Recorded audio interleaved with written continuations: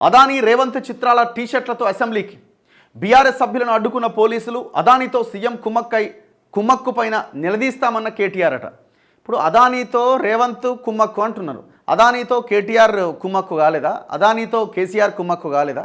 అసలు వీళ్ళకి ఎంతసేపు రాజకీయము చేయడం తప్ప ఇంకొకటి లేదు. అన్ని పార్టీలను అంటున్నాను నేను. ఇప్పుడు అదానీతో కానీ అంబానీతో కానీ తెలంగాణలో ఉన్న మెగా కృష్ణారెడ్డితో కానీ తెలంగాణలో ఉన్న మైహోం రామేశ్వరరావుతో కానీ తెలంగాణలో ఉన్న బడా రియల్ ఎస్టేట్ కంపెనీ మాఫియాలతో కానీ ఈ పార్టీలన్నీ కుమ్మక్కైనవే కదా. ఇలా ఎవడు శుద్ధపూస, ఎవడు అసలు పార్టీలు వాళ్ళతో అంటగాగంది? మీరు అధికారంలో ఉన్నప్పుడు అదే అదానీతో అంటగాగిర్రు, మీరు అధికారంలో ఉన్నప్పుడు అదే అంబానీతో అంటగాగిర్రు. మీ నాయన ఏకంగా పోయి వంగి దండాలు పెడుతున్నాడు, నువ్వు ఏకంగా పోయి మాట్లాడొచ్చినావు గతంలో. ఇప్పుడు రేవంత్ రెడ్డి అదే పని చేస్తున్నాడు, మోడీ అదే పని చేస్తున్నాడు. గతంలో రాహుల్ గాంధీ లేకపోయినా అంతకుముందున్న కాంగ్రెస్ గవర్నమెంట్స్ అన్నీ అంబానీని పెంచి పోషించినాయే. ఇలా ఎవరు తక్కువ ఎవరు ఎక్కువ? ఇదేంటంటే రాజకీయం అంతే. ఆ రోజు పూట గడవాలా, ఆ రోజు ఒక డ్రామా చేస్తే జనాల్లోకి వెళ్ళిపోవాలా, మీడియాలో హైలైట్ కావాలా. ఇక మమ్మల్ని పంపిస్తలేరు, మేము అదానీ రేవంత్ దాని గురించి మాట్లాడదామంటే అని అనుకుంటున్నాం. మరి మీ సంగతి చెప్పండి. తెలంగాణలో మెగా కృష్ణారెడ్డి పెంచి పోషించి లక్షలాది కోట్ల రూపాయలు మెగా కట్టబెట్టిన దాంట్లో మీరే కదా కీలక భాగస్వాములు. దాని గురించి ఆన్సర్ చెప్పండి. విపరీతంగా ట్రోల్ చేస్తున్నారు కేటీఆర్ని. ఇగో అదానీ రేవంత్ల సమావేశం ఫోటోను ముద్రించిన టీషర్ట్లు ధరించి బీఆర్ఎస్ ఎమ్మెల్యేలు ఎమ్మెల్సీలు అసెంబ్లీ సమావేశాలకు రావడం ఆందోళనకు దారితీసింది. ఈ రకమైన టీషర్ట్లను వేసుకుంటే శాసనసభ మండలిలోకి అనుమతించబోమని భద్రతా సిబ్బంది స్పష్టం చేయడంతో విపక్ష సభ్యులు ఆందోళన చేపట్టారు. చివరకు వారిని పోలీసులు అదుపులోకి తీసుకొని తెలంగాణ భవన్కు తరలించారు. సోమవారం అసెంబ్లీ సమావేశాల ప్రారంభం నేపథ్యంలో తొలుత గన్ పార్క్కు చేరుకున్న బీఆర్ఎస్ ప్రజాప్రతినిధులు తెలంగాణ అమరులకు నివాళి అర్పించారు. అనంతరం అసెంబ్లీకి బయలుదేరి వెళ్లారు. BRS working president KTR, senior నేత హరీష్ రావు సహా ఇతర ఎమ్మెల్యేలు ఎమ్మెల్సీలు అదానీ రేవంత్లు కలిసి ఉన్న ఫోటో ముద్రించిన టీషర్ట్లు వేసుకొని రాగా భద్రతా సిబ్బంది అసెంబ్లీ గేటు వద్దే అడ్డుకున్నారు. దీనిపై కేటీఆర్ ఆగ్రహం వ్యక్తం చేశారు. అదానీ మోదీ ఫోటోలు ముద్రించిన టీషర్ట్లను రాహుల్ గాంధీ కాంగ్రెస్ సభ్యులు ధరించి పార్లమెంటుకు వెళితే అక్కడ సిబ్బంది అడ్డుకోలేదని, ఇక్కడ ఎలా అడ్డుకుంటారని నిలదీశారు. మేము ఏ డ్రెస్ వేసుకోవాలో కూడా ప్రభుత్వం చెబుతుందా అని మండిపడ్డారు. ఈ పరిస్థితుల్లో భద్రతా సిబ్బందికి బీఆర్ఎస్ ప్రజాప్రతినిధులకు మధ్య వాగ్వాదం చోటు చేసుకుంది.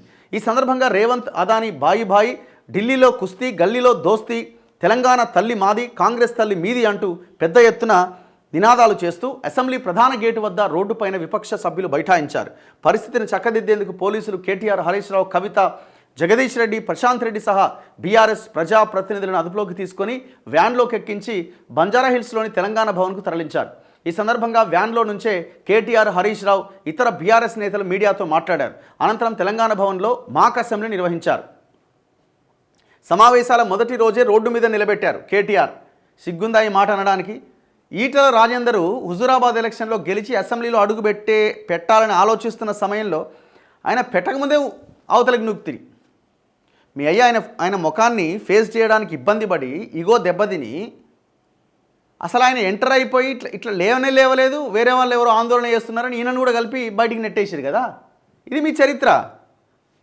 మీ చరిత్ర. వాళ్ళేమి అసలు మిమ్మల్ని ఇంతవరకు ఈ గవర్నమెంటు అసెంబ్లీలో మిమ్మల్ని ఇంతవరకు సస్పెండ్ కూడా చేయలే కదా. మిమ్మల్ని లేపు అవతలు ఎత్తేనట్టుంది కదా ఇంతవరకు. ఇంకా మీకంటే నయం వీళ్ళు, మీకంటే 10 వాళ్ళు నయం అసెంబ్లీలో డిస్కషన్ విషయంలో. ఈయనేమంటుండు, అదానీతో సీఎం రేవంత్ రెడ్డి కుమ్మక్కయ్యారు. రాష్ట్రంలో ప్రాజెక్టులను, వనరులను అదానీకి దోచిపెట్టే కుట్ర చేస్తున్నారు. దీనిపైన అడుగడుగున నిలదీస్తాం. ఇదే అదానీని ఢిల్లీలో కాంగ్రెస్ పార్టీ వ్యతిరేకిస్తోంది. ఆ పార్టీ ద్వంద్వ వైఖరి ప్రదర్శిస్తోంది. అన్ని పార్టీలది ద్వంద్వ వైఖరే, కాంగ్రెస్దైనా, బీజేపీదైనా, బీఆర్ఎస్దైనా. ఈ ప్రభుత్వం బలవంతంగా భూములు గుంజుకుంటోంది. వామ్మో, మరి మీ ప్రభుత్వం ఎకరానికి ₹1 ఇచ్చి భూములు తీసుకున్నదా? మీరు అదే పని కదా చేసింది. వీళ్ళకి అధికారం పోగానే ప్రజలు గుర్తొస్తారు. అధికారం ఉన్నప్పుడు ప్రజలు కాళ్ళ కింద ఉండాలని కోరుకుంటారు. ప్రజలు మేము చెప్పింది వినాలి, మేము అధికారంలో ఉన్నామని కోరుకుంటారు. బాధితుల పక్షాన పోరాడుతూనే ఉంటాం, వారి తరపున ప్రభుత్వాన్ని ఎండగడుతూనే ఉంటాం. అసెంబ్లీ సమావేశాల మొదటి రోజే రోడ్డు మీద నిలబెట్టారు. ఇది దుర్మార్గం. రాహుల్ గాంధీతో పాటు 100 మంది ఎంపీలు అదానీ ప్రధాని బొమ్మ ఉన్న చొక్కాలు వేసుకొని పార్లమెంట్లోకి వెళ్ళొచ్చు, కానీ తెలంగాణ అసెంబ్లీలోకి వెళ్లొద్దని అడ్డుకుంటున్నారు. బీఆర్ఎస్కు సమాధానం చెప్పే ధైర్యం లేక అడ్డుకుంటున్నారని కేటీఆర్ విమర్శించారు. మాజీ మంత్రి హరీష్ రావు మాట్లాడుతూ ఈ అరెస్టులను తీవ్రంగా ఖండిస్తున్నాం. అదాని అవినీతిపై రాహుల్ గాంధీ ఢిల్లీలో ఆరోపణ చేస్తుంటే ఇక్కడ రేవంత్ రెడ్డి చీకటి ఒప్పందాలు చేసుకుంటున్నారు. ఇదెక్కడి న్యాయం? వివిధ మార్గాల్లో ప్రతిపక్షాలు నిరసన తెలియజేస్తూ ఉంటాయి. వాటిని అడ్డుకోవడం దుర్మార్గం. ఇప్పుడు ఈ చీకటి ఒప్పందాల విషయంలో మొత్తం దాదాపు ఒక 10-15 కంపెనీలకు సంబంధించిన డేటా బయటకు వచ్చింది కదా. అదాని అండ్ మీ రాష్ట్ర ప్రభుత్వం చేసుకున్న ఒప్పందాలు. ఏం ఆన్సర్ చేస్తారు దానికి మీ దగ్గర ఉన్న ఆన్సర్ ఏంటి? ఒక్క నిమిషం, ఒక్కసారి వీళ్ళ హయాంలో అదానితో చేసుకున్న ఒప్పందాలకు సంబంధించిన లిస్ట్ ఉంది కదా, మరి దీనికి ఫస్ట్ ఆన్సర్ చేయాలి కదా. మీరు దీనికి ఆన్సర్ చేసి లోపలికి గదలాలి కదా. ఎవరి హయాంలో? అందుకే అంటున్నా నేను, కాంగ్రెస్ అయినా బీజేపీ అయినా బీఆర్ఎస్ అయినా ఇంకో పార్టీ అయినా వీళ్ళంతా పెట్టుబడిదారులు, కార్పొరేట్ శక్తుల చేతుల్లోనే ఉన్నారు. వీళ్ళేమి నీతివంతమైన పాలన అందించడానికి లేకపోతే కార్పొరేట్ శక్తులకి దూరంగా పెట్టుబడిదారులకి వ్యతిరేకంగా పోరాటం చేసిన వాళ్ళు ఏం కాదు వీళ్ళు. ఇగో ఇన్ని కంపెనీలు ఉన్నాయి. Adani Elbit systems defence unit at Mamidipalli, missile shell manufacturing unit at Mamidipalli BRS హయాంలో వచ్చినాయి. Microsoft data centre at Elikatta. మొత్తం ఇదైతే ఘోరమే. మొత్తం పేద భూములని కబ్జా పెట్టి లేపేసారు. ఇది ఎలికట్టలో ఉన్నదైతే. Counter drone manufacturing unit at Mamidipalli. Elikatta దగ్గర ఇంకా కొట్లాడుతున్నారు అక్కడ ఉన్న రైతులు. National highway projects, KV transmission line project completed. Cement ఇది నిన్నొచ్చింది కాంగ్రెస్ హయాంలో.